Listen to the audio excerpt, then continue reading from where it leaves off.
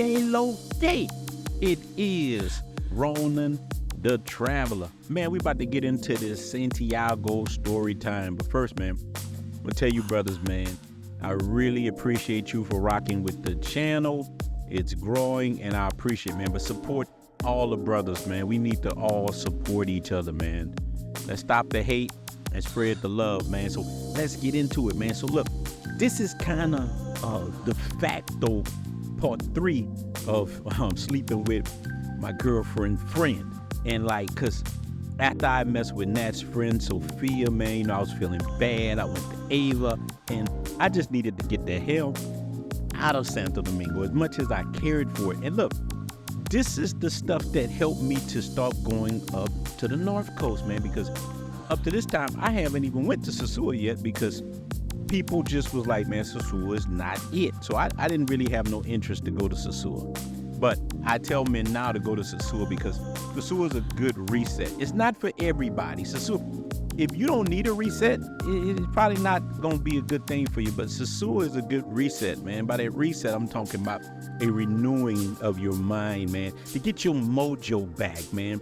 Because listen, having beautiful women approach you all the time, well, and it'll get you right, man. You get your confidence back. A lot of guys, man, we lose our confidence, man, through the court systems and different things, man. Going through divorce, they take all your stuff, child support, and then you get on these dating sites, and the dating sites are unbalanced. You got way more men on there than women, and then the women you meet, they're delusional. So over time, you get beat down. But when you can go to Cartagena or Brazil or any of these places, man, and it gets your confidence back, man. So that's all I talk about is the reset. But let's get to this story time, man. So listen, I'm telling you, man, I'm sitting in my room after I've been wilding out like that, and I'm missing old girl Nat, man. She had a certain young energy that I started to miss with her.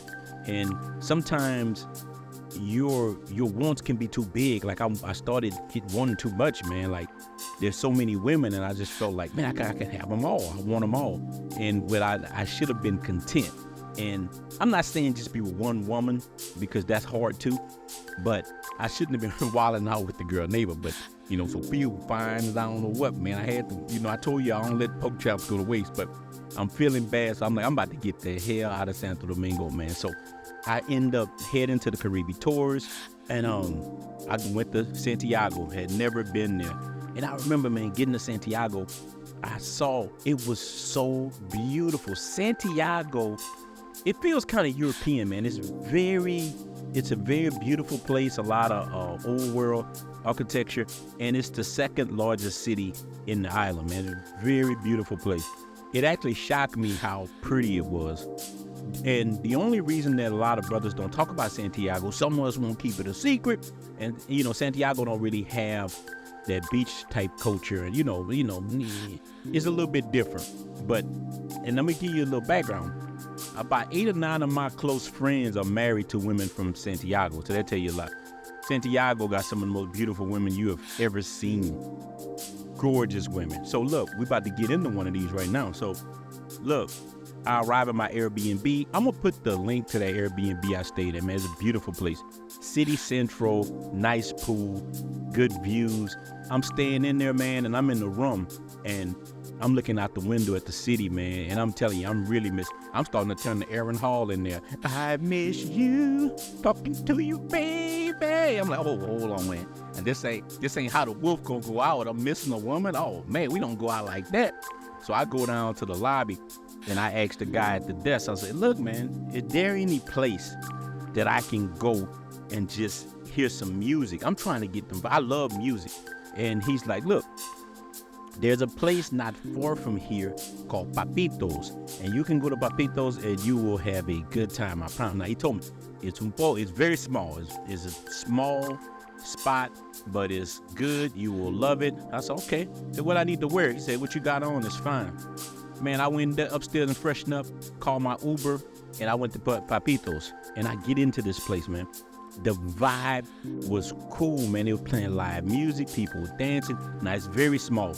I sit in there a little while and drinking on some Presidentes and this family come in. It was 2 dudes and like 3 women, and they sit behind me. But the strange thing is they were talking English, and it's strange because you don't hear English outside of the tourist area. Everybody speaks Spanish, so they caught my attention. So I don't know if it was me or the wolf inside me turned around and started talking to him.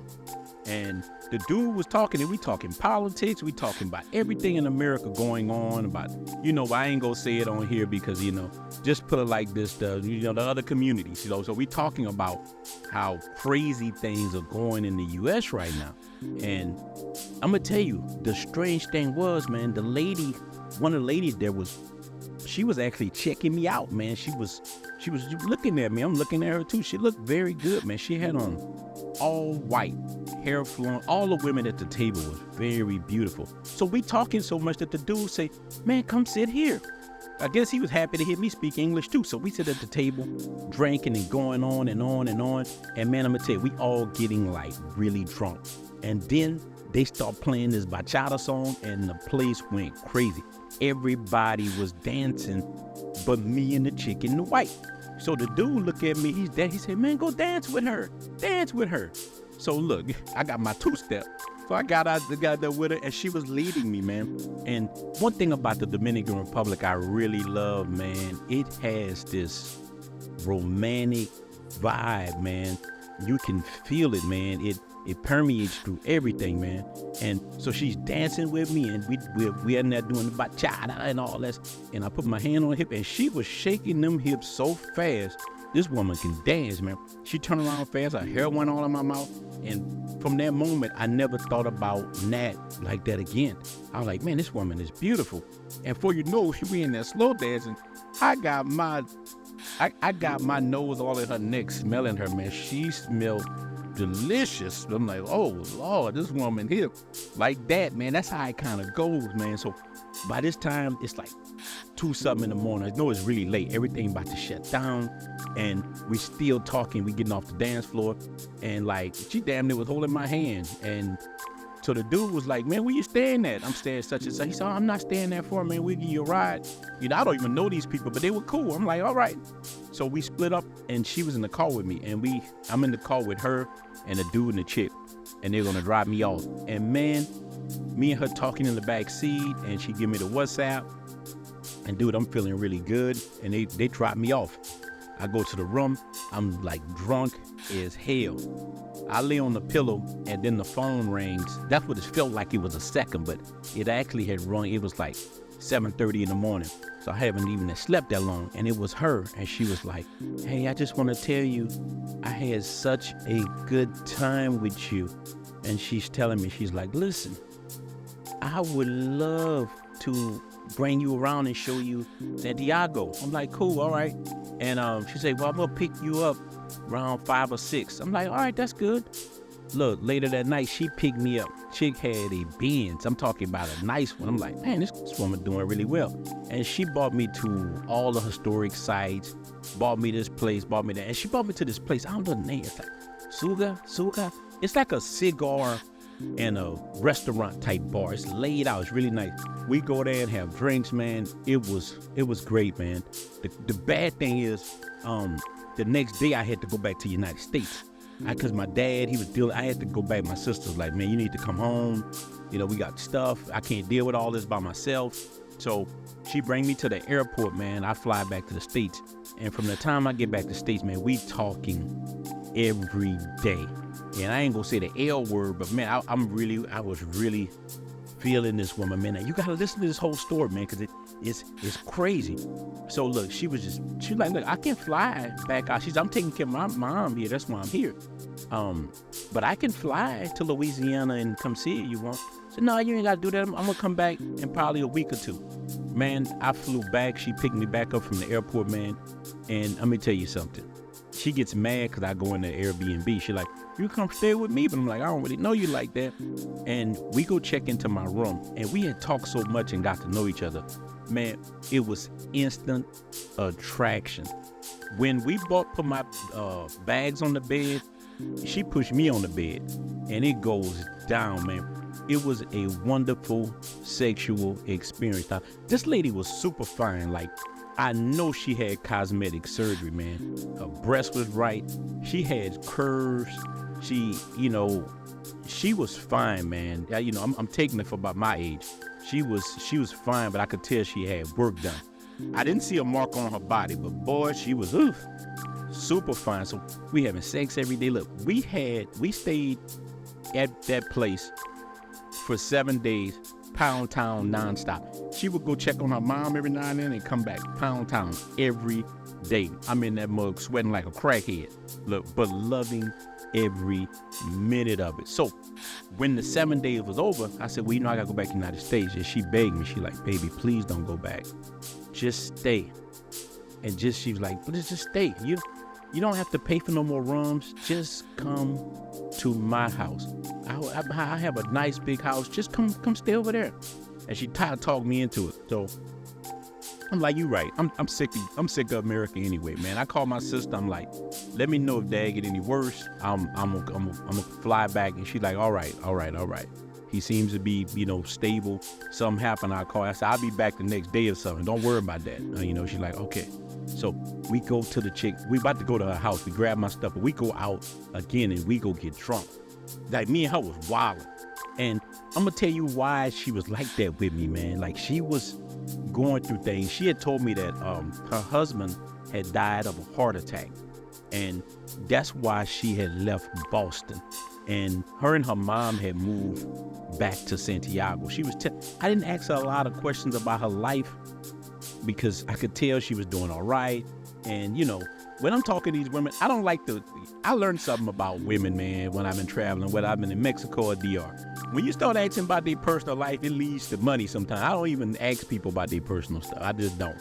I only want to know what I need to know. But I'm telling you, man, I started digging this woman, man. She was so beautiful, and she was just a sweet woman. To say she grew up in the States, she had been in the United States since she was 15 years old.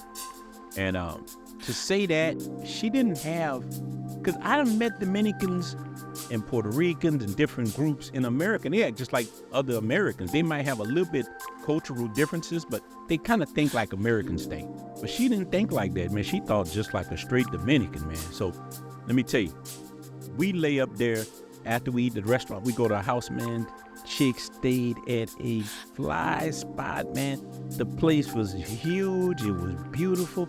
I'm like, damn, man, she clutch. She got a lot of money. She don't need shit from me. She can get me some bread, The chick was doing really, really well. And let me tell you, man, you would think this is perfect, but my story's always got a crazy twist to them. So look, and I want you guys to tell me if I'm wrong for what happened.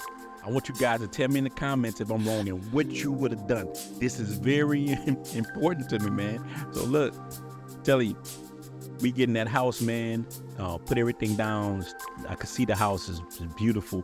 We go right in the bedroom, man, and she just like, man, she liked to go downtown, man. She was one of them chicks.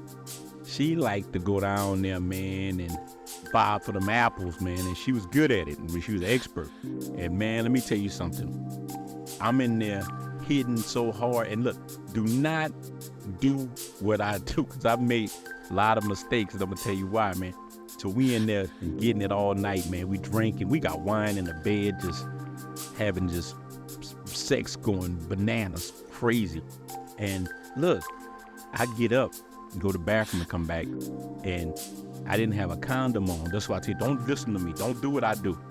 I'm in that mug drunk, and man, she's laying in there. She had these perfect curves, and how the light from the moon was shining on her ass, and I could see it, and I just slid in there and like, bam, just put it right in there. I shouldn't have done it, but I just did it, and boy, it was good. Man, I put that Jello pudding pop in that pudding, boy, was woo. Man, that was that Bill Cosby, put the Jello pudding pop in the pudding. I'm just killing it. So look, we end up falling asleep. Now here's where everything goes bad. Next morning, I come to, and like she's laying on me, we in the bed naked, and like she's like stuck to me. And I look up for the first time. I'm like not drunk anymore, and I'm looking at all the pictures on the wall, all the pictures, and I see a bunch of little kids everywhere. So I say, well, baby, is that your sons when they were young? She said, no, that's my grandkids. Your grandkids? I'm like, damn, you got grandkids? Because one of the boys was about 15. Like, damn, you got a 15-year-old grandson? And she like, yeah, silly. I have. She said, you met my sons, the 2 boys you was talking to in the club, and Papito. That's my 2 sons, and the other 2 was their wives. I didn't even know. They never told me that was her sons. She told me she had sons, but I didn't put that together because I didn't really care. I'm looking at that big old ass she got. Look. So look, I'm starting to trip. So I'm like, well, damn it, this motherfucker, how old she is? I'm thinking she about, I'm thinking she like my age, like 42, 43 years old. That's what I'm thinking, because she looked very young, man, beautiful woman. And so I finally asked, I said, well, how old are you, Miss Grandma Plan? She say, I'm 64 years old. 64 years old, god damn. I've been in here licking on 64-year-old coochie. Like that, like, man, what the hell? Man, I felt a certain kind of way with that. I'm like, it changed everything. And this woman is my mama age, man. I'm in there sleeping with a woman my mama age. And look, I don't slept with older women, but damn, not 27 years older. I'm in there doing all kind of sexual things, doing all kind of crazy stuff, man. This woman old as hell. She was flexible though. I don't know what she was rubbing herself with, but she was definitely flexible. But look, everything in me changed.